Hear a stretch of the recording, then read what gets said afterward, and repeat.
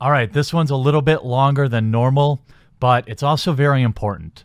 It's about undoing uh, basically fake news and learning how it's created. If you find this video useful, make sure that you drop a like on it, and that in the pinned comment below will be the tweet where I share this video. And hopefully we can kind of undo the damage that the garbage factory known as Buzzfeed has done to these folks. If you follow this channel for any amount of time, you know that I enjoy having a laugh at the expense of hit pieces and ideological ideas wrapped in pop culture. We have a lot of fun here. We like to joke around, but I thought, why not take a little more in-depth look at the actual construction of a hit piece, how they come to be, because it's actually my opinion that in today's click economy, a lot of these sites like BuzzFeed, they're competing for clickbait. I am convinced that they write the headline before they actually write the article. Now, BuzzFeed News, I'm of the mindset that, if I want to read about 10 reasons why I've been eating bananas wrong my whole life and I should be inserting them rectally, I'll look for BuzzFeed. But apparently they view themselves as real journalists. And they came out with an article this week, and I want to be clear. Both sides compete for, they do the same stuff. They both quote mine, they both selectively edit, they both wrap a preformed conclusion in some sort of article. But BuzzFeed is perhaps the most transparent that I've seen.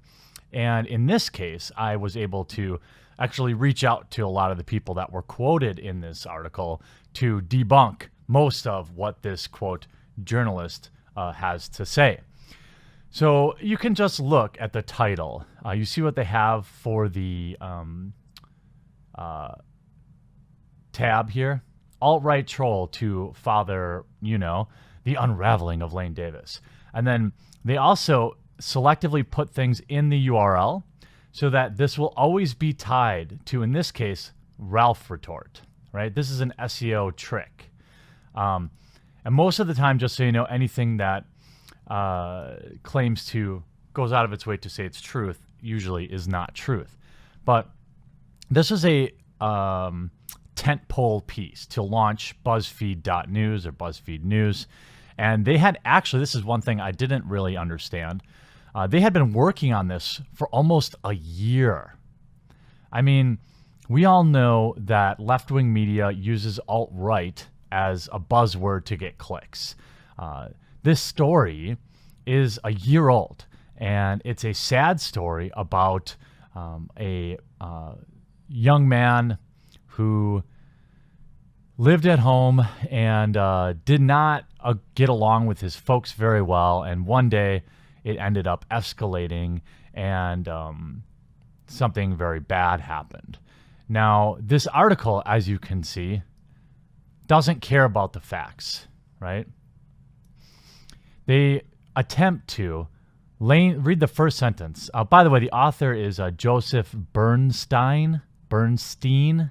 I never know how to pronounce that name, but anyway, Lane Davis was a far-right pro-Trump media figure looking for his big break.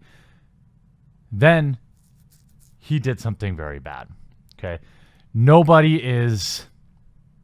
his innocence is not in question here. What is sickening is how desperate the media is to spin everything and make it political. The actual court, the public defender's office or the prosecutor's office literally said that they did not believe that this was politically motivated, but they wrote this giant hit piece about it. They accuse Ethan Ralph of the Ralph Retort of being a 9/11 denier and Pizzagate. It's essentially a hit piece against both the alt-right, which, I mean, come on, and Ethan Ralph. And it's sickening because Mr. Bernstein reached out directly to Ralph and looped him into this, sucked him in, asking for information about Lane Davis, because Lane Davis had written some articles for him. Now, the article itself spins it as he was like some sort of long-term employee of the Ralph. This is a 2-for-1, basically, a 2-for-1 smear. They bring up September 26th, when everybody knows that Ethan Ralph was arrested in a drunken scuffle with a police officer. He was sentenced to 8 months in county jail. Yeah. Why is that relevant to this? It isn't, right? It's about smearing him and attaching him to the alt-right. Now, I don't know much about Ethan Ralph's political leanings. He was, I believe, very socialist in some of his views, liberal in some of his views for a long time. And gradually, as he got older, he moved more to the center and more to the right. But that's pretty much true of a lot of people, right? And he talked about how he felt sad about,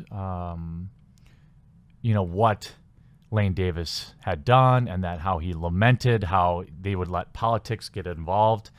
But again, this was never really about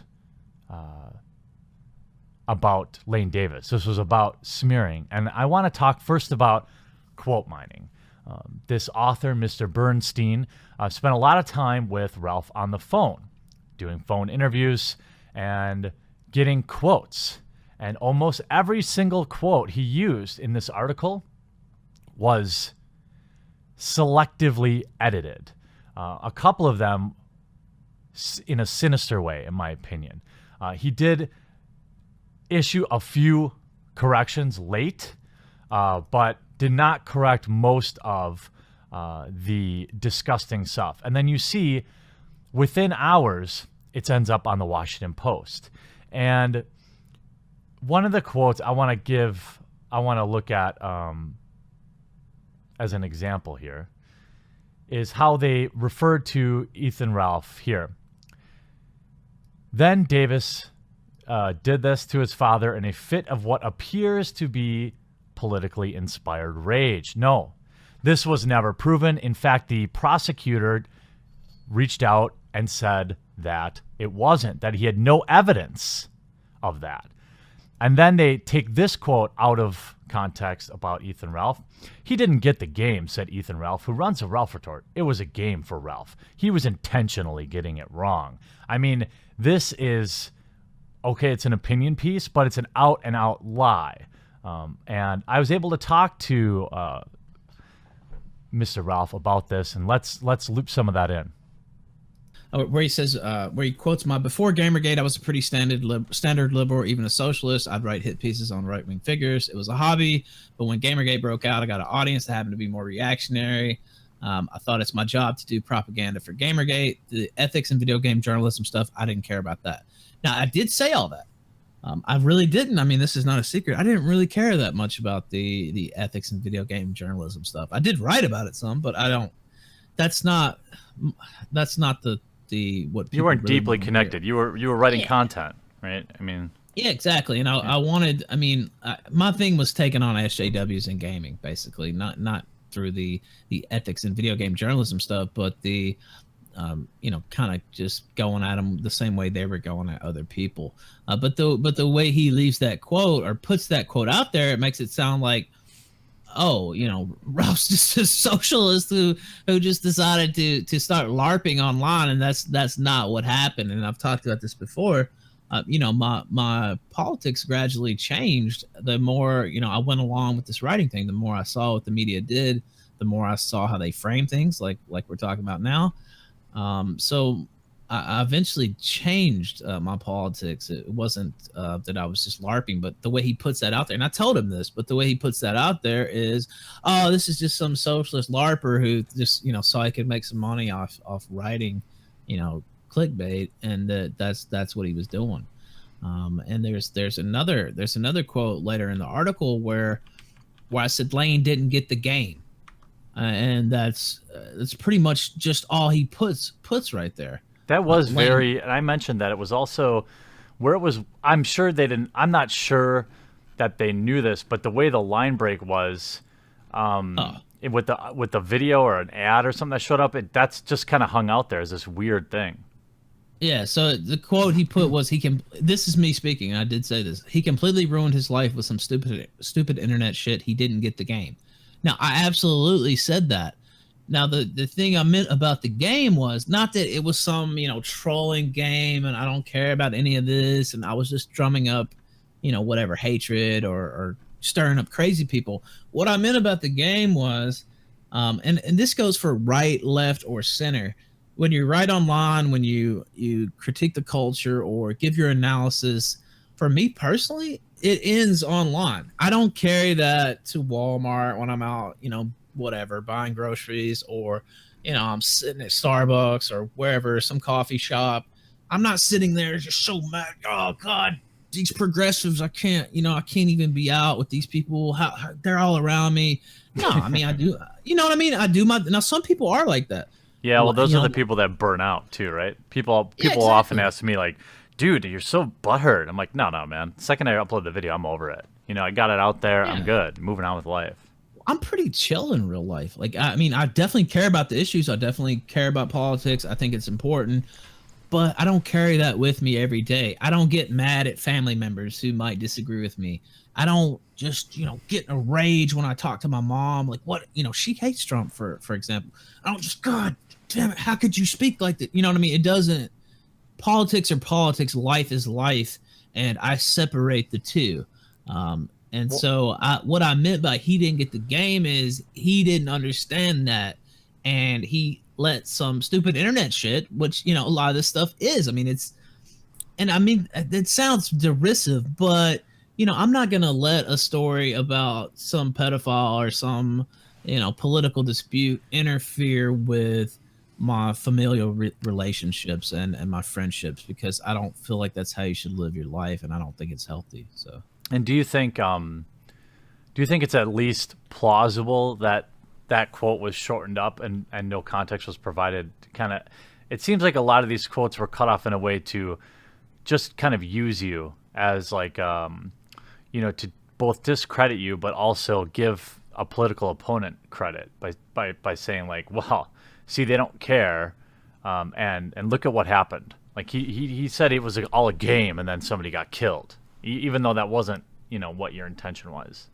Exactly. I mean, it's not only plausible, I would say it's quite probable that is exactly how they wanted it framed. And I don't know if it was Bernstein himself, Bernstein with his editors or the editors, but that is quite clearly how they wanted it framed. And then they have a quote from my wife right after this quote where she's talking about, I watch Alex Jones. To me, that's entertainment. We don't really think the frogs are gay, blah, blah, blah, blah, blah. Now, when she was actually talking to Bernstein, that comment was about the Alex Jones show versus some of the other stuff on InfoWars, like some of their blog posts, some of their actual stuff that that she might put some stock into. So they took her quote out of context completely as well, and they put that quote right underneath mine about he didn't get the game. So they're trying to frame all this as all of these people are just playing games and somebody's dad got killed. So that's clearly what they want the reader to think when these comments weren't even about that. So. Now, I know a lot of you are probably rolling your eyes, even if you're this far in the video, saying, mainstream media lies? No shit. Yeah, fair point.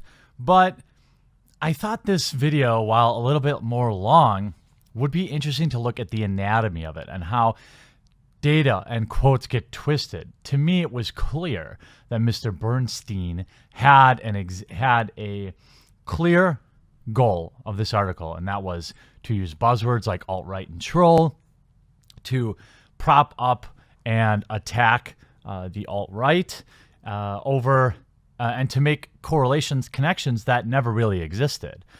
In my interview with Mr. Ralph, I asked him about many things, about they paint him as some sort of long-term employee. Well, that wasn't true. He was an intern, an unpaid intern who just wrote some articles for him.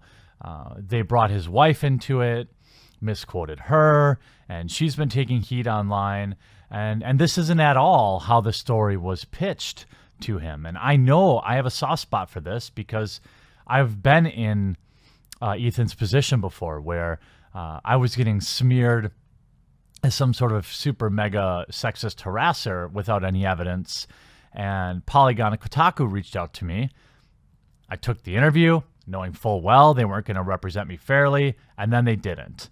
But unless you're in that position, I kind of understand why he took the call, why he did the interviews, because you have some hope that there's some journalistic integrity, and especially when the journalists themselves outright lies to your face about the intentions of the article, which is what they did to me at Polygon Kotaku, saying they wanted to represent it fairly, and they did it to Ethan as well. Right. That's correct. And, I found it hilarious that they try to frame me as playing a game, this and that. This was literally the tentpole piece on their Buzzfeed.news or their BuzzFeedNews.com site that they were trying to launch with the redesign. And they made this fancy graphic with Lane's face all flashing around like some cyber hacker shit. That this was the idea. Now, this is not how the piece was pitched to me. The reason I cooperated with it in the first place was I thought, okay, this is something that happened. This guy was an associate of mine. It is, an important story. If it's told fairly, let me give it a chance because I think it could be important. Now, I ended up, I got burned. And another mistruth, in my opinion, that Mr. Bernstein had was in a section mentioning 80. I hope I pronounced that properly. I was able to reach out to this person and verify the quote. Again, I want to look at how they will ask people for their information or for an opinion and completely misinterpret what their truth is, or they're just using them. A poster named 80 had a flirty DM relationship with Lane, but could not coax him into getting on a flight to come see her in Michigan. I think he was pretty content to make YouTube videos and write all day, she told me. I don't think he had any intention of changing what he was doing. But for all his work, Lane wasn't getting paid, and because he wasn't getting paid, he was stuck in his father's home, blah, blah, blah. Well, I spoke to her. I wanted to see if that quote was correct, and this is what she returned back. Bernstein wrote, and then exactly what I wrote. It was true. We had a flirty DM relationship and casually talked about meeting one day, but I never tried to coax him into coming to Michigan. I knew Lane didn't have the means. In fact, we never even got as far as discussing any kind of meeting place, only that someday it would be cool to hang out. When Bernstein asked me why I thought we never got around to meeting up, I said because I knew he didn't have a job to pay for it, and I didn't want to be the one paying for the ticket. She also mentioned she thought it was curious that he mentioned her location. It's like a low-key dox, and I don't necessarily disagree with that. So we have another example of here we have, just a blatant out-and-out lie, where it's a creative interpretation of a truth, but what they really want is to pretend to have this facade that they've actually reached out to the people involved, and then they just lie about what you say to further their own narrative. Another important part of the hit piece is its proliferation. It's first falsely gaining trust of sources to convince people you have some level of journalistic integrity, and then it's about working together with your fellow journalists to spin it out everywhere, to make sure magically appears first on Buzzfeed, then on Washington Post, one of the biggest newspapers in the country, and on and on and on and on, and it's getting tweeted and retweeted. These are all people working together. I know it sounds a little tinfoil hat, but I mean, there's no way these articles are written like that and published that quickly unless they had some prior knowledge and this is coordinated. They all know, hey, a lot of people are going to be talking about this today, so make sure you publish it and you can get those delicious ad clicks and retweets. It's really, really sinister stuff. Now, how did you mentioned your So we have two kind of interesting edits on quotes. Not incorrect, but what's the word I'm looking for? Like selective editing almost or something. And then it's interesting to see it then get like spun out onto all these other sites, which basically just, regurgitate the thing. It gives you pause to, it makes you think about the Game Journal Pros thing, stuff back in the day where like all these journalists are in some group and they just time it. Like, Yeah, and somebody else talked about that, and because when this story was put out last Wednesday, it spread like wildfire, quick, like really quick. All these journals are tweeting it, selecting quotes, and it happened so fast that my mind definitely thought too, oh, this was getting passed around in some private groups. This was getting passed around on email lists and stuff like that, because it just fits exactly what they're trying to push. So yeah, that definitely 100% crossed my mind. yeah, it seems. So if you made it all the way to the end, make sure before you leave that you hit that thumbs up button. I'd really appreciate it. And if you take anything away from this video, it's to always be skeptical, even when you see quotes directly from somebody you might trust or you might think is an authority on a topic, because even they are selectively edited and often mined with a certain result, a preconceived notion in mind. So be careful what you read out there, and stay vigilant in poking at and making fun of more fake news.